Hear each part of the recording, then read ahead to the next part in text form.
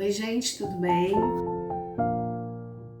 Passando aqui para pensar um pouquinho em voz alta, como eu faço de vez em quando. Estou ameaçando fazer isso há muito tempo, mas por uma série de motivos acabei não conseguindo. E é curioso quando eu digo, né, passando por aqui para pensar um pouquinho em voz alta com vocês, porque é um formato de vida diferente, né, gente? Eu me pergunto por que que eu gravo? Por que que eu paro e faço vídeo? Tem vários motivos, no meu caso especificamente, né? Alguns nobres, outros menos nobres. Mas assim, por que que eu faço isso especificamente? Eu não sou alguém famosa, não sou uma influenciadora digital, não sou especialista em assunto nenhum. Todas essas coisas que justificariam eu parar um pouco para refletir e convidar as pessoas a refletirem comigo, mas é um formato de vida diferente, né? Eu estava pensando sobre isso, porque antigamente, quando eu tinha vontade de conversar, de pensar, eu tinha muito espaço para isso, ou eu estava num ambiente acadêmico, onde isso era muito comum de acontecer, ou eu estava dividindo vida com pessoas que refletiam junto comigo, ou eu estava em alguma atividade que justificava isso, ou numa atividade dentro de uma igreja, ou no trabalho, em situações que eu ia compartilhar com alguém um pensamento sobre uma determinada coisa, ou em treinamentos e palestras que eu já dei, enfim. Hoje, esse espaço não existe mais do jeito que existia antes, mas só que eu continuo fervilhando. E eu penso muito, gente, a minha cabeça, ela tá o tempo todo pensando. Eu vejo uma determinada coisa, eu já começo um processo de refletir sobre ela, de pensar se eu já pensei daquele jeito, mas aquilo, ai, como eu queria escrever, aí às vezes eu venho, corro, sento, escrevo.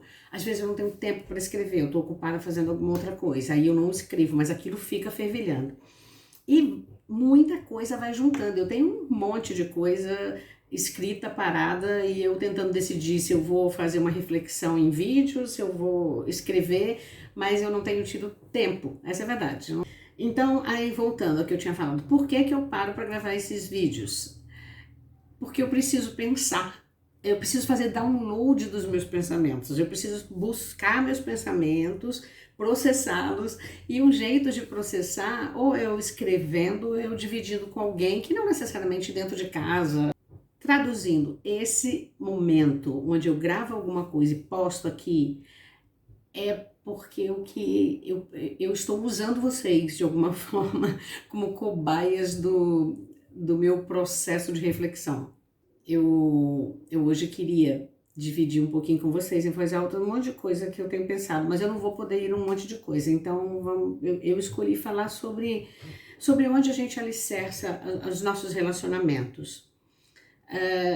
A gente constrói, né, relações de amizades e de outros vínculos desde sempre, desde que a gente convive.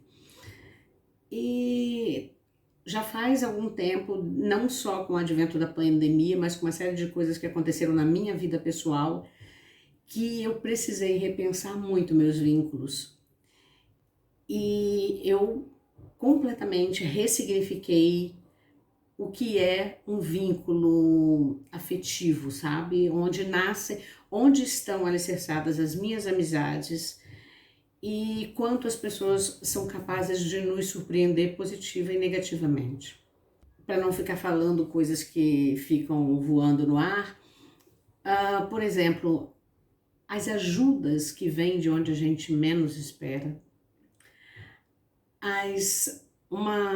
uma ligação ou uma mensagem que surge de onde às vezes você está esperando há séculos alguém que você podia jurar que ia te entrar em contato para saber se você estava bem, e isso não acontece. E aí, de onde você menos esperava, alguém te manda uma mensagem e fala assim: você tá bem? Tô achando você quietinha. Ou então, puxa vida, vi tal coisa, fiquei preocupada, não sei o quê. Nossa, é impressionante. E aí você diz assim: nossa, mas essa pessoa fez isso? Eu podia jurar que fulano, beltrano, ciclano, todo mundo fizesse, mas não ela. E ela fez. Como eu construí as minhas relações até hoje Bom, dizem que a expectativa é mãe da merda, né, gente? Desculpa a expressão, mas é verdade. A gente cria aquela expectativa e muitas, inúmeras vezes ela não acontece e aí você se frustra e é uma merda. Então, tive muitas sensações de ter, não gosto da palavra decepcionar, sabe? Mas assim, de ficar triste porque minha expectativa foi frustrada. Mas também tive surpresas muito agradáveis. E aí, tudo isso e um monte de outras coisas, eu tenho pensado que a gente tem referências e constrói relações de modo muito errado. Primeiro que a gente constrói julgando as pessoas. Você estabelece, você viveu uma determinada coisa com a pessoa, e aí você já cria uma expectativa sobre quem aquela pessoa é. A gente constrói o outro para para a nossa expectativa, necessidade e carência. A gente pode não perceber, mas a gente faz isso. E aí quando, na verdade, a vida demanda necessidades básicas, evidentes e pontuais, aquilo que a gente construiu não existia, porque a gente construiu na nossa impressão. Então a gente vai se decepcionar. Porque aquela pessoa daquele jeito era você que achava que era. Ela não era daquele jeito. Tô falando pra mim, eu tenho tido essa experiência. Então, quem vai aparecer? Aquela pessoa que eu criei, ela não existe. Como é que ela vai aparecer? Ela não vai. E aí eu me frustro. Aí de repente aparece alguém que eu nunca coloquei expectativa nenhuma, não construí nada por minha conta, eu deixei a pessoa ser quem ela era, eu fui quem eu era, e a vida passou e ela aparece sendo quem? Quem ela era, não quem eu construí. A pessoa te viu de verdade quando ela te olhou em algum momento da vida, a pessoa te ouviu,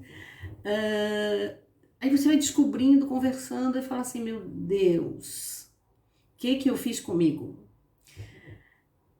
Então, gente, eu queria dividir isso com vocês, assim, porque é uma experiência que eu venho tendo já há algum tempo. Não é ruim, queria deixar isso para vocês, assim, é frustrante em alguns aspectos, é angustiante porque todo o processo que a gente tem que enfrentar quem a gente foi, as coisas erradas que a gente fez, ou as expectativas que a gente teve, enfim, quando a gente precisa se revisitar para poder reprocessar e mudar de atitude, ou se dar conta de alguma coisa, é sempre uma coisa sofrida, então angustia, mas é muito positivo. Principalmente se a gente aprender. Como eu já estou bem madura, já passei da fase de ficar revisitando erros, eu creio que eu estou aprendendo, sim. Até porque eu meio que zerei muitas expectativas, curei muitas frustrações e estou aprendendo a viver nesse formato novo, só convivendo com as pessoas como elas são. Já julguei muito, demais. Hoje eu não julgo mais. Hoje eu simplesmente olho e lembro de uma frase que eu li, assim, aquela pessoa que você vê, existe toda uma vida atrás dela que você desconhece. Então, melhor eu simplesmente estar ali, olhar e não julgar. Porque quando eu julgo com um pré-conceito, com conceitos amontoados no meu pensamento. É um exercício constante. E ele vai sendo tão constante que tem hora que ele é natural. Sabe assim? Você vai aprendendo a fazer fazendo. Acho que era isso, queria dividir isso com vocês. E quem sabe alguém além de mim também experimenta isso ou está experimentando recentemente. Um beijo para todo mundo, até a próxima no meu pensamento alto e abusando de vocês aí na minha terapia virtual. Brincadeira. Beijo, gente, tchau.